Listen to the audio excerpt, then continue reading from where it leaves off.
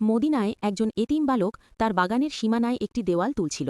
কিন্তু প্রতিবেশী এক ব্যক্তির একটি খেজুর গাছ দেওয়ালের মাঝপথে পড়ে যাওয়ায় সে আর দেওয়ালটি সোজা করতে পারছিল না। বালকটি ওই ব্যক্তির কাছে গিয়ে গাছটি চাইল বা তাকে অন্য কোথাও গাছটি সরিয়ে নিতে বলল, কিন্তু লোকটি রাজি হল না। বালকটি তখন রাসূলুল্লাহ সাল্লাল্লাহু আলাইহি ওয়াসাল্লামের কাছে গিয়ে বিচার চাইল।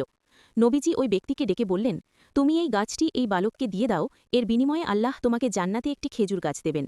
কিন্তু লোকটির দুনিয়াবি লোভ এতই বেশি ছিল যে সে জান্নাতের অফারটি ফিরিয়ে দিল। আবু দাহদাহার প্রবেশ। মজলিসে বসে থাকা হজরত আবু দাহদাহা রাদিয়াল্লাহু আনহু এই দৃশ্য দেখছিলেন।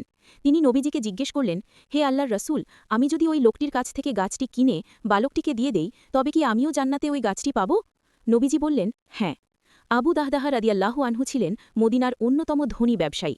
তার একটি বিশাল বাগান ছিল, যেখানে ৬০০টি উন্নতমানের খেজুর গাছ, একটি বাড়ি এবং একটি পানির কূপ ছিল। তিনি ওই কৃপণ লোকটির কাছে গিয়ে বললেন, তুমি কি আমার পুরো বাগানটির বিনিময়ে ওই একটি গাছ আমাকে দেবে?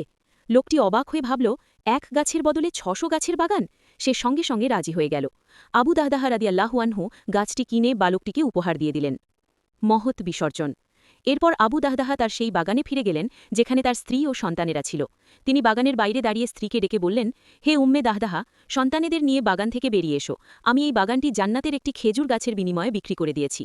তার স্ত্রী বিন্দুমাত্র আক্ষেপ না করে খুশিতে বললেন, আপনার এই ব্যবসা অত্যন্ত লাভজনক হয়েছে। এমনকি তার সন্তানেদের হাতে বা পকেটে কোনো খেজুর থাকলে তিনি তাও বের করে রেখে দিলেন, যাতে বিকৃত মালের একটি দানাও তাদের সাথে না যায়।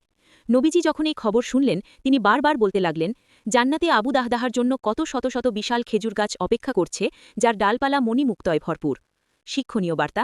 আমরা অনেক সময় দুনিয়ার তুচ্ছ লাভের জন্য আখিরাতের বিশাল প্রাপ্তি হাতছাড়া করি, কিন্তু আবু দাহদাহা রাদিয়াল্লাহু আনহু শিখিয়ে গেছেন যে আল্লাহর সন্তুষ্টির জন্য বড় কিছু ত্যাগ করলে তার প্রতিদান হয় অকল্পনীয়।